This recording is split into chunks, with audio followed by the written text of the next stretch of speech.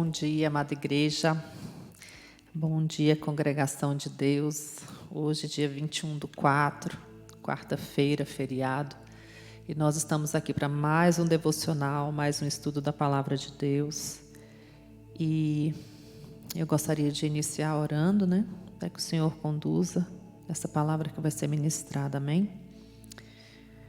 Pai, em nome de Jesus, eu me coloco aqui diante de Ti. Usa-me, Senhor, como instrumento Teu para levar a Tua palavra, Senhor Deus. Que esta palavra caia nos corações, Senhor Deus, e que ela tenha um fim proveitoso. Em nome de Jesus, abençoa o nosso país, Senhor Deus. Abençoa a nossa cidade, abençoa Brasília, Senhor Deus, abençoa o Distrito Federal. Pai, em nome de Jesus, nós colocamos todas as autoridades constituídas diante do Teu altar. E clamamos, Senhor Deus, por um mover sobrenatural do Teu Espírito sobre cada um, Senhor Deus. Pai, visita cada doente, Senhor Deus, visita cada família. Sê o Senhor a provisão. Sê o Senhor o remédio, o médico, o juiz, o advogado. Pai, porque o Teu povo precisa de Ti, o Teu povo necessita do Teu socorro. E nós oramos a Ti neste dia, Deus, e apresentamos as nossas petições diante do Teu altar. E antes disso, nós queremos Te agradecer pelo dom da vida. Queremos Te agradecer porque estamos aqui. Se estamos aqui é porque o Senhor tem nos sustentado com a Sua mão poderosa. E nós Te louvamos, Senhor Deus, por todos os Teus feitos em nossas vidas, Senhor. Usa-nos e que nós possamos ser trabalhados pelo Teu Espírito, Senhor. Eu Te peço perdão pelos meus pecados, Senhor Deus. Eu Te peço perdão porque muitas vezes eu não tenho dominado o meu temperamento, Senhor Deus. E eu tenho sido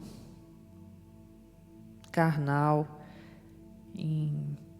nos meus relacionamentos familiares. Eu não tenho me calado diante de algumas coisas. Eu tenho me rebelado às vezes, Senhor Deus, contra o meu marido, assim, quando ele vem me impor algumas coisas ou falar de determinada maneira que eu não gosto, e isso tem me causado dano, porque ainda que eu não queira responder mal, eu termino respondendo, Senhor. E eu Te peço perdão por isso. E eu peço que haja concordância dentro de cada família, Senhor Deus, dentro de cada lar. Converte, Senhor, o meu coração ao coração do meu marido, Senhor. Converte o coração do meu marido ao meu coração. E converte os nossos corações aos corações dos nossos filhos e vice-versa, Pai. Para que haja paz, para que haja unidade, para que haja harmonia, Senhor Deus, dentro dos nossos lares. Eu clamo, Senhor Deus, para que o mesmo aconteça em cada família que está nos assistindo agora, Senhor. Pai, converte-nos a Ti primeiramente. E depois converte os nossos corações e os nossos temperamentos à Tua palavra, Senhor Deus. Ah, Espírito de Deus, sê conosco. Nos ajuda. Porque a maior batalha é travada dentro de nós mesmos, Senhor Deus. E nós precisamos ser trabalhados pelo Senhor. Nos lapida, Senhor, para que possamos ser joias em Tuas mãos e não um diamante bruto. Em nome de Jesus. Amém. Hoje nós vamos dar sequência ao estudo do livro de Êxodo, no capítulo 31. E nessa primeira parte do capítulo 31, nós vamos ver a escolha, né, dos artesãos que iriam trabalhar na arte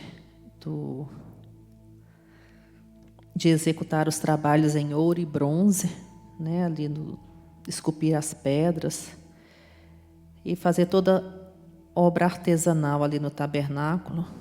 E depois nós vamos estudar sobre o dia de sábado. Então nós vamos dividir esse estudo em duas partes.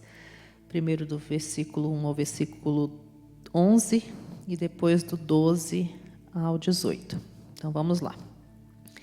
Disse então o Senhor a Moisés: Eu escolhi Bezalel, filho de Uri, filho de Ur, da tribo de Judá, e o enchi do Espírito de Deus, dando-lhe destreza, habilidade e plena capacidade artística para desenhar e executar trabalhos em ouro, prata e bronze, para talhar e esculpir pedras, para entalhar madeira e executar todo tipo de obra artesanal. Além disso, designei Aholiabe, filho de Aizamaque, da tribo de Dan, para auxiliá-lo. Também capacitei todos os artesãos para que executem tudo o que lhe ordenei: a tenda do encontro, a arca da aliança e a tampa que está sobre ela e todos os outros utensílios da tenda, a mesa com os seus utensílios, o candelabro de ouro puro e os seus utensílios, o altar do incenso, o altar do holocausto com os seus utensílios, a bacia com sua base, as vestes litúrgicas, tanto as vestes sagradas para Arão, o sacerdote, como as vestes para os seus filhos, quando servirem como sacerdotes, e o óleo para as unções, e o incenso aromático para o lugar santo. Tudo deve ser feito exatamente como eu lhe ordenei. E aqui nós vemos que Deus fala para Moisés que ele deu habilidade, ele deu destreza, capacidade artística para que os artesãos executassem aquela obra. E aí nós vemos lá em Êxodo 28:3, vamos voltar aqui um pouquinho. Em Êxodo 28:3 diga assim: diga a todos os homens capazes, aos quais dei habilidade, que façam vestes para a consagração de Arão, para que me sirvam como sacerdote. Então nós vemos que era o Senhor, o próprio Deus, que capacitava aqueles homens para fazer aquela obra sagrada. E aí, trazendo para os nossos dias, nós devemos reconhecer que a habilidade que nós temos não é nossa, vem de Deus, né? Porque quando nós reconhecemos o Senhor como Salvador e como Senhor realmente de nossas vidas, nós percebemos que nós não temos capacidade nenhuma, porque não fosse Deus nos dar o ar que respiramos, nós cairíamos aqui mortos neste momento. Então, assim, até para respirar, nós dependemos de Deus, quanto mais para as demais coisas. Então, assim, não se gabe o homem de sua grande capacidade, do seu intelecto, porque em tudo nós devemos ser dependentes do Senhor. E se temos algum chamado, se temos algum ministério, se temos algum dom, tanto espiritual como a habilidade para fazer qualquer coisa nessa terra, qualquer ofício, essa capacidade vem do Senhor, não é nossa, né? E quando a gente para analisar alguns homens como Neemias, Daniel, o próprio Paulo, nós vemos que esses homens lutaram muito para conquistar, para adquirir conhecimento humano. E mesmo adquirindo muito conhecimento humano, esses homens se prostravam diariamente diante da presença de Deus e eles dependiam do Senhor, né? Então, quando nós vamos ali no livro de de Atos e de 1 Coríntios, nós podemos observar que Paulo, mesmo diante de tanta capacidade humana, ele era fraco, ele tinha um espinho na carne. E ele mesmo dizia que aquele espinho era para que ele não se vangloriasse, como se dele procedesse grande sabedoria, para que não anulasse a graça de Deus, o favor de Deus imerecido na vida dele, né?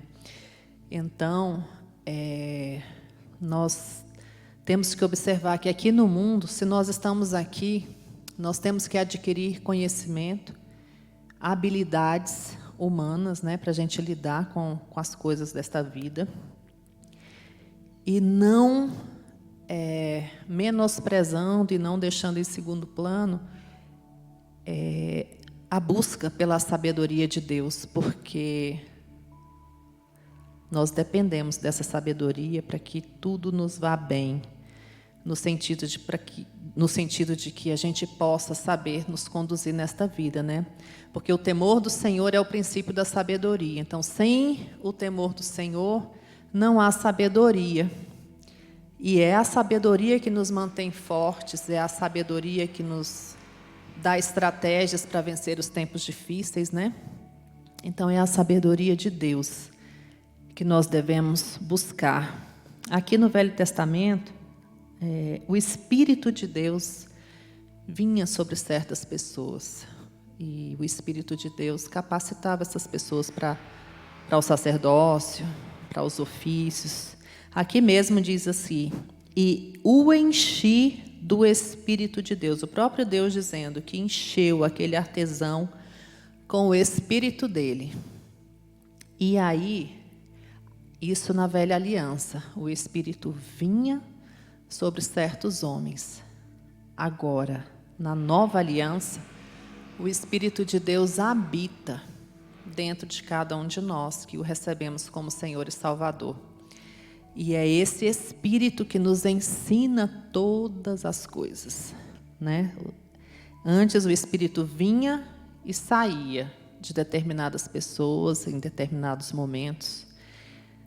E hoje, a partir do sacrifício de Jesus Cristo na cruz do Calvário, nós temos o Espírito de Deus habitando em nós, porque antes o lugar do sacrifício era ali naquele lugar sagrado, no Santo dos Santos, e hoje nós somos templo do Espírito Santo de Deus, né? Então, Jesus Cristo já pagou o preço pelo nosso pecado, Ele se fez sacrifício em nosso lugar, para que nós dependêssemos dEle e tivéssemos comunhão com Ele todos os dias das nossas vidas. E o Espírito dEle passou a habitar em nós permanentemente. Se nós descermos a maior profundidade da terra, o Espírito de Deus ali está. E se nós subirmos até os altos céus, também o Espírito de Deus está lá. Porque onde tiver um Filho de Deus, o Espírito de Deus está ali, habitando, fazendo morada e ensinando. A dificuldade que temos é porque muitas vezes nós não queremos ser ensinados pelo Espírito de Deus, né? Então, aí a gente perece, né? Então, vamos lá. Dando continuidade aqui ao estudo. Nós vemos que o Espírito de Deus vinha sobre aqueles homens e os preparava para que eles praticassem as mais belas artes.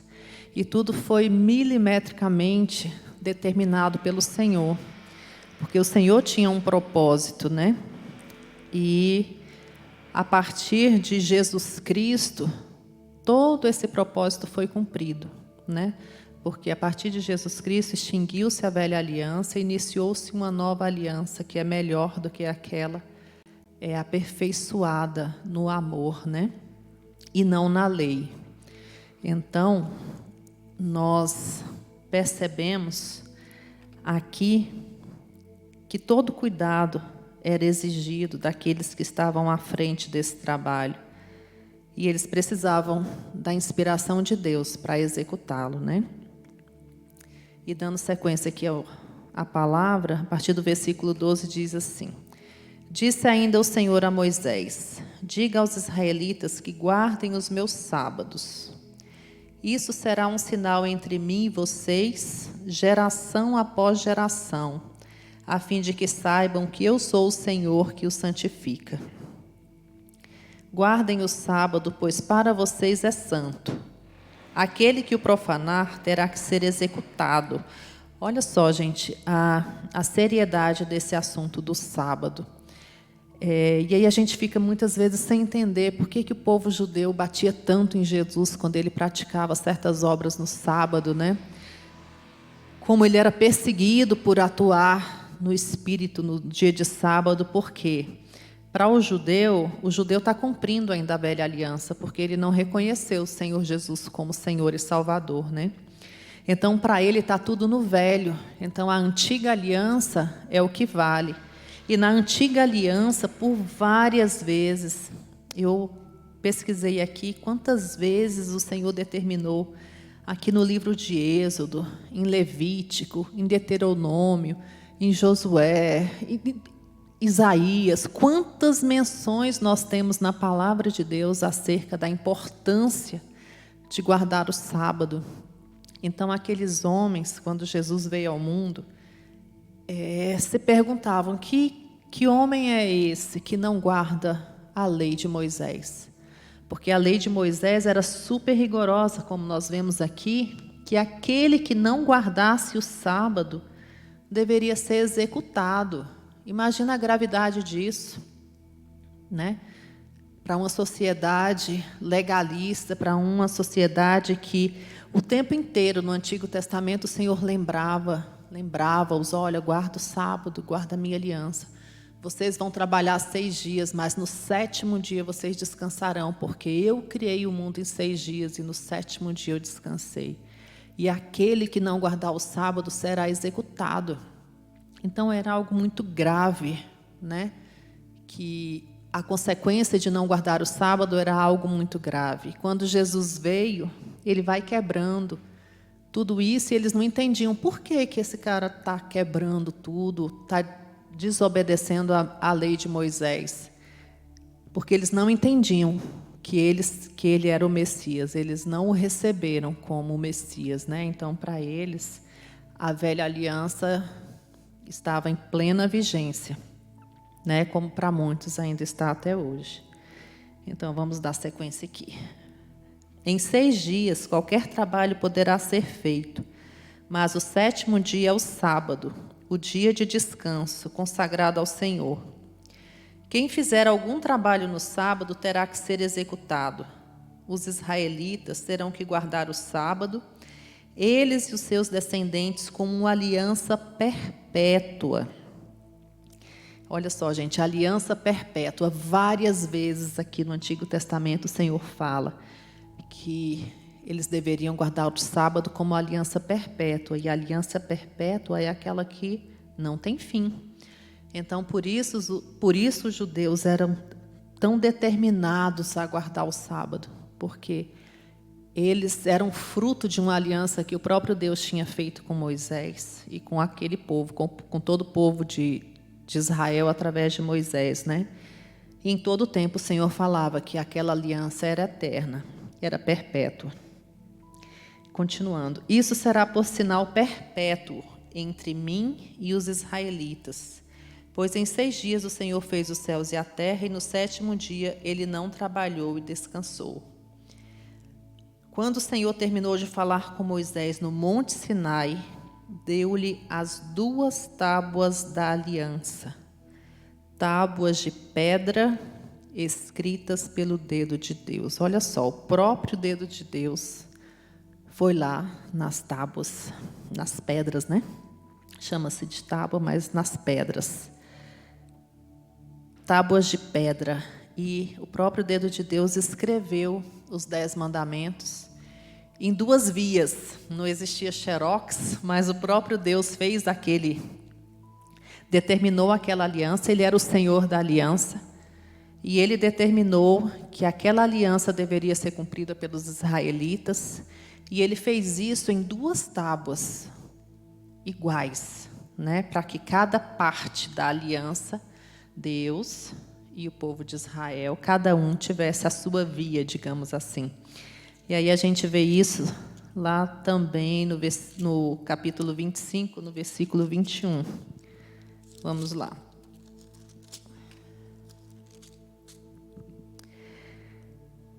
Coloque a tampa sobre a arca e dentro dela as tábuas da aliança que darei a vocês.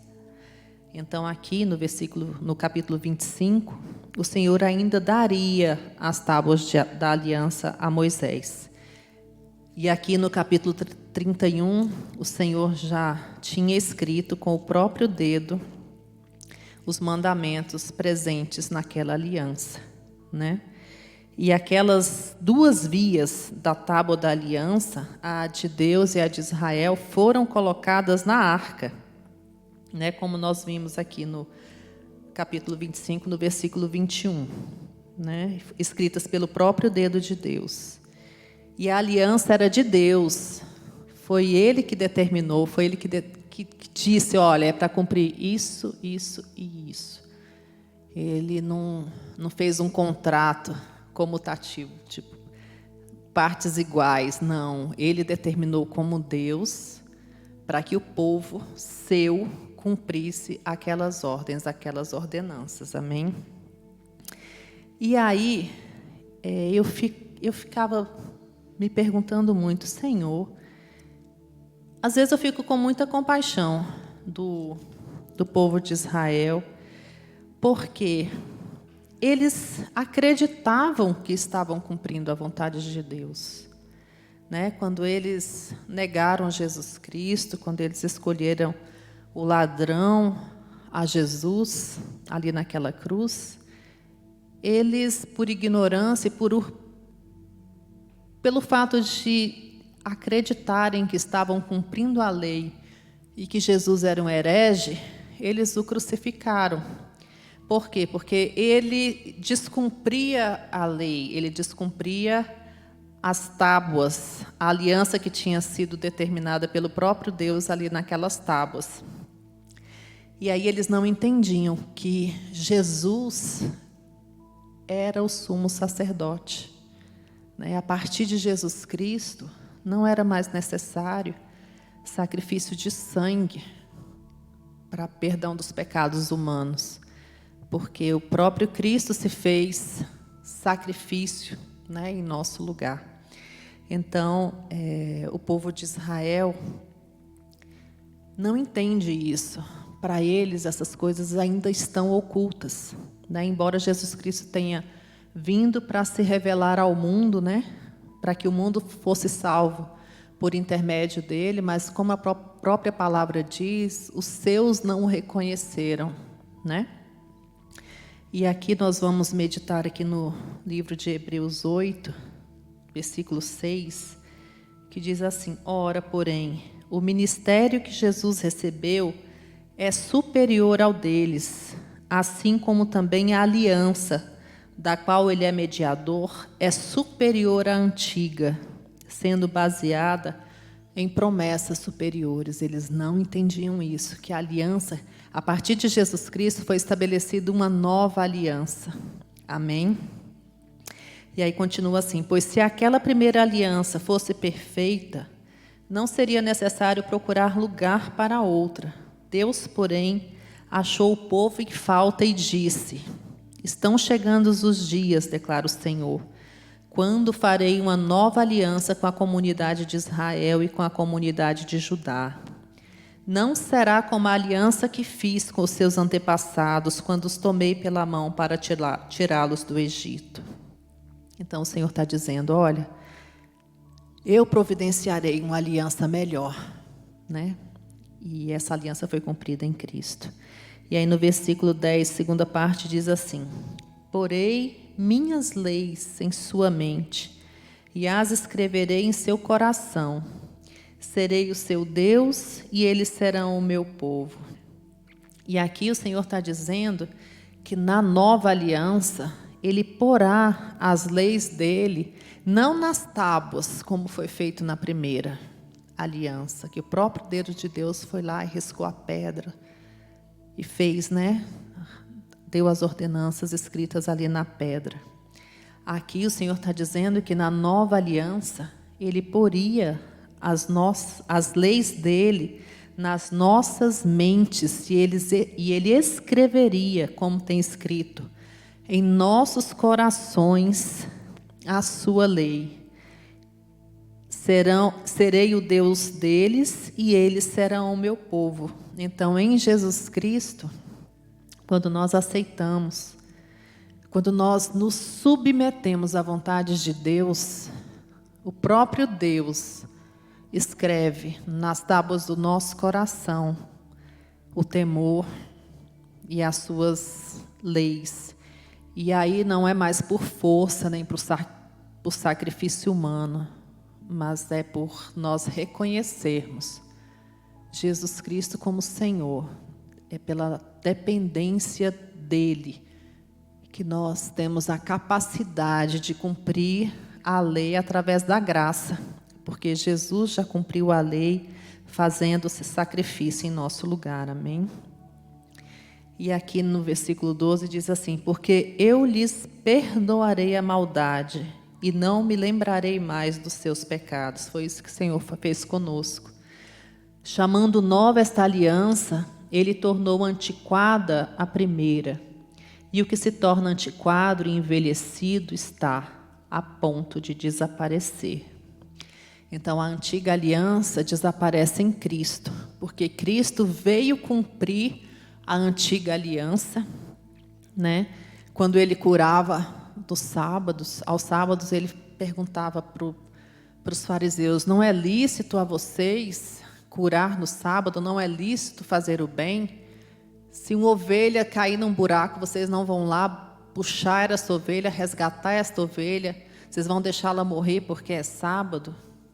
Então, eu posso operar no sábado, né? Eu posso perdoar pecados, eu posso fazer o enfermo ser curado. Eu sou o Senhor do sábado. E aí, quando Ele falava que isso, Ele afrontava os judeus, né? Porque eles estavam presos à velha aliança. E ainda seguindo, aqui em Hebreus 9, no versículo 12, segunda parte, diz assim, que Jesus, né? Ele entrou no Santo dos Santos de uma vez por todas e obteve eterna redenção. Ora, se o sangue de bodes e touros e as cinzas de uma novilha espalhadas sobre o que estão cerimonialmente impuros os santificam, de forma que os tornam exteriormente puros, quanto mais o sangue de Cristo, que pelo Espírito Eterno se ofereceu de forma imaculada a Deus, purificará a nossa consciência de atos que levam à morte, para que sirvamos ao Deus vivo. Amém? E ainda aqui, só para terminar, aqui no versículo 15, diz assim: por esta razão, Cristo é o mediador de uma nova aliança, para que os que são chamados recebam a promessa da herança eterna, visto que Ele morreu como resgate pelas transgressões cometidas sobre a primeira aliança. Então, Cristo não veio abolir a lei, Ele veio cumpri-la, né? E nós fazemos parte dessa nova aliança porque, pelo sangue que foi derramado ali na cruz, os nossos pecados são perdoados diariamente. Quando nós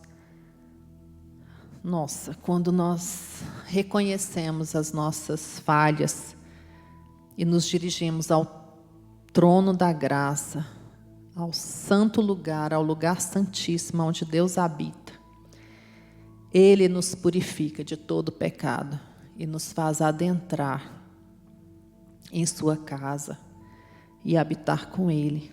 Amém?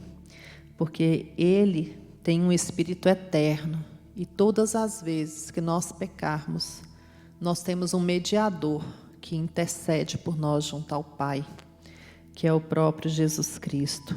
Amém? Ele é o nosso mediador, Ele é o mediador da nova aliança, de uma aliança melhor, que durará eternamente. Amém? Então, eu quero agradecer a Deus, primeiramente, né, por ter nos enviado Jesus Cristo, e pela oportunidade, pelo privilégio que nós temos de reconhecê-lo como Senhor e Salvador. É um privilégio nós termos esta palavra, o antigo e o novo, para que a gente possa estudar, para que a gente possa examinar que as Escrituras se cumprem em Cristo, né? Para que nós não sejamos enganados. E nós fazemos parte de uma aliança melhor. Aquela antiga aliança era para o povo de Israel. A nova aliança alcançou os gentios e nós fomos alcançados por conta dessa nova aliança. Amém? E eu quero te agradecer, Senhor Deus, porque o Senhor não deixa ninguém de fora, Pai. Porque a Tua palavra é para todos, o Teu evangelho, as boas-vindas do Teu reino é para todos aqueles que creem, Senhor. Pai, tira as escamas, Senhor Deus, tira os tampões dos ouvidos daqueles que ainda não conseguem te ouvir, não conseguem te enxergar. Em nome de Jesus, Senhor, abençoa cada um, tem misericórdia do povo que está perecendo sem te conhecer, Senhor. Em nome de Jesus eu te peço e te agradeço. Amém. E agora eu quero encerrar lembrando que mais tarde, às 19 horas, nós teremos o culto, né? A gente está iniciando o culto 1 hora mais cedo por conta da ordem de recolher, do toque de recolher, né? Então, hoje, às 19 horas, no dia 21 de abril, nós teremos culto normalmente, tá? E seja bem-vindo, venha meditar na palavra, marque seu encontro aqui com o Senhor e com os irmãos. Amém.